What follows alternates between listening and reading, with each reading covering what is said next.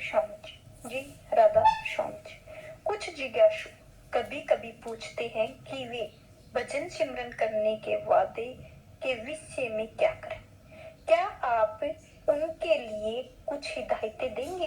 कुछ नए लोग तो नाम प्राप्त करने से पहले ही भजन सिमरन में बैठना शुरू कर देते हैं। जी, मेरा अपना विचार है कि उन्हें कोई अभ्यास करने की कोशिश नहीं करनी चाहिए। पहले उन्हें चाहिए कि संत मत को अच्छी तरह से समझने की कोशिश करें, पूरी छानबीन करें और इस मार्ग की यथार्थता का पूरा निश्चय हो जाने पर ही इसे आगे अपनाएं। केवल पुस्तकें पढ़कर अभ्यास शुरू करने का कोई लाभ नहीं है। हजूर महाराज जी ने समझाया करते थे कि सच्चे मार्ग और सच्चे मार्गदर्शक की तलाश में सारी उम्र लग जाए तो भी इस समय को व्यर्थ बीतता हुआ नहीं समझना चाहिए। जब हम मार्ग और मार्गदर्शक के बारे में पूरा निश्चय कर लेते हैं तो उन्नति करना आसान हो जाता है। जी, महाराज जी शायद विद दी थ्री मास्टर्स रूहानी डायरी में हजूर बड़े महाराज जी फरमाते हैं कि सतगुरु के साथ बिताए गए 24 मिनट 100 वर्ष के भजन सिमरन के समान है। जी, इसका भाव कुछ और ही है। एक घड़ी या 24 मिनट की सतगुरु की संगति बिना सतगुरु अपने मन से किए गए 100 वर्ष के भजन सिमरन से बेहतर है। हजूर महाराज जी का मतलब है कि अगर बिना किसी रहनुमाया गुरु के अपने आप चाहे 100 वर्ष तक भी भजन सिमरन किया जाए तो भी वह व्यर्थ होगा। किसी संत की एक घड़ी की संगति बिना गुरु के अपने आप किए गए सैकड़ों वर्षों के अभ्यास से कहीं अच्छी है। मैं कई बार सत्संग में अर्ज करते हैं कि अगर रास्ता पूर्व की ओर है, हम दौड़ेंगे पश्चिम की ओर, तो जितना दौड़ तो उतना ही अपनी मंजिल दूर होती जाएंगी। हजूर महाराज जी का यही मतलब है, पर हम हमेशा वही मतलब लेते हैं जो हमारे मन को भाता है।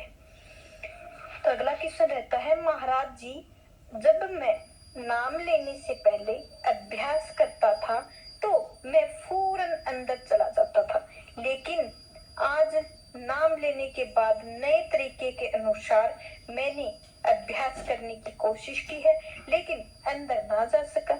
उत्तर है, आप पहले किस प्रकार अभ्यास करते थे? मैं दोनों आंखों के बीच में अपने ध्यान को केंद्रित करता था और आप कहाँ जाते थे? मुझे ऐसा महसूस होता है कि मैं अंदर जा रहा हूँ। जो तरीका आज आपको बताया गया है उस तरीके से आप अभ्यास कीजिए। आपको अपनी तवज्जो को धीरे धीरे समेटना होगा और तब आप धीरे धीरे शरीर को खाली करके ऊपर आ सकेंगे। यह रातों रात का काम नहीं, यह इतना आसान काम नहीं कि अगर आज नाम मिला कल आपने मन को काबू पा लिया। तवज्जो को आंखों के केंद्र पर स्थिर करके चले गए। पहले मैं जिस तरह से अभ्यास करता था क्या उसे छोड़ देना चाहिए? हाँ, उसे बिल्कुल भूल जाएं। बिताई हुई विधि को अभ्यास करने की आदत डालें। महाराज जी, मेरे एक मित्र ने बताया कि अगर त्रिकुटी या किसी अन्य मंडल पर पहुंचने से हमारी इच्छा सचमुच बहुत ही तीव्र हो तो हमें वहां फौरन पहुंच सकते हैं। क्या यह सच है? क्या हम प्रेम, विरह और तीव्र इच्छा के द्वारा वहां फौरन पहुंच सकते हैं? जी, सिर्फ चाहने मात्र से, केवल तीव्र इच्छा से आप वहां नहीं पहुंच सकते। केवल शब्द, केवल आंतरिक प्रकाश और धुन ही आपको चेतनता के उस स्तर तक ले जा सकती है और कोई चीज नहीं जो आपकी इच्छा इच्छा मात्र से कुल कुछ नहीं बनेगा। आपका अभ्यास आपकी मदद करेगा, आपका विश्वास आपका सहायक होगा। महाराज जी, नामदान के समय हमें यह बताया गया था कि हमें 6 महीने हमारे अंदर इतना पक्का भरोसा और विश्वास आ जाएगा, हम निश्चित रूप से जान जाएंगे कि हम सही मार्ग पर हैं। जी, यह दुरुस्त है।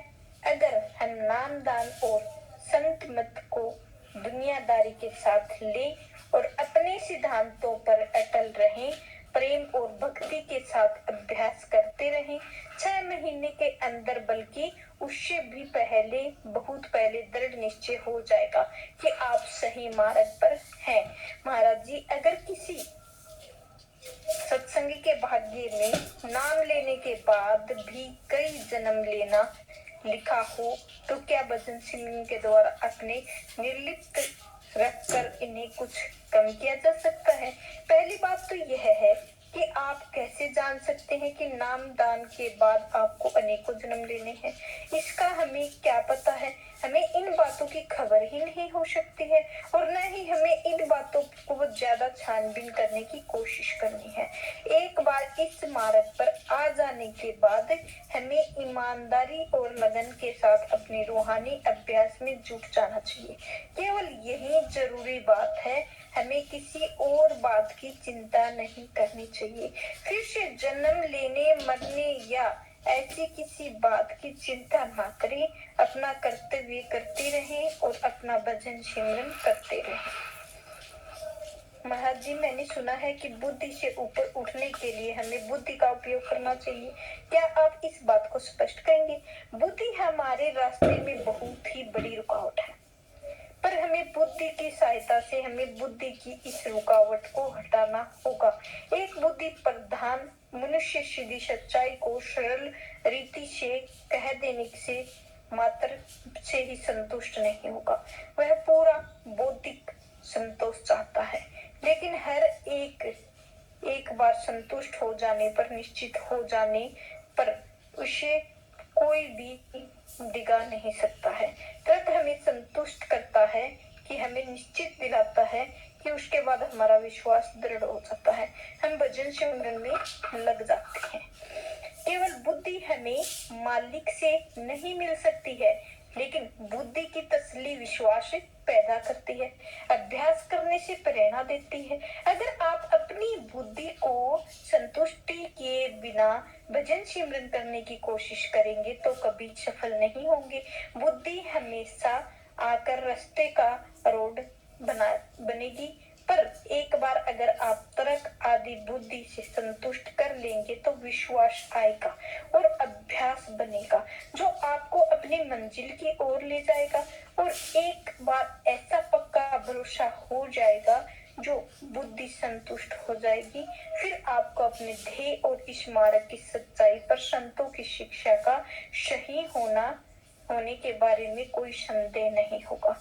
इसीलिए इस मार्ग से आने से पहले यह जरूरी है कि हम अपनी बुद्धि को संतुष्ट कर लें और हमें इस बात का निश्चय हो जाए कि हम यह मार्ग हमारे लिए और यही हमें अपनी मंजिल तक ले जाएगा। नहीं तो यह मार्ग हमारे लिए और हम अपनी मंजिल पर ले जाएंगे। नहीं तो हर तरह के प्रश्न, संदेह है, ऐसी कई बातें हमारे रास्ते में आएंगी और अपने मन को संतुष्ट करना चाहिए। और एक बार मन को संतुष्ट हो जाए तो विश्वास अपने आप आ जाएगा, अभ्यास अपने आप होगा। तो आज का सत्संग इधर ही समाप्त होता है। चैनल को लाइक, शेयर, सब्सक्राइब जरूर करें। आपका दिल से शुक्रिया होगा। राधा स्वामी जी, जी राधा स्वामी जी, जी राधा स्वामी जी।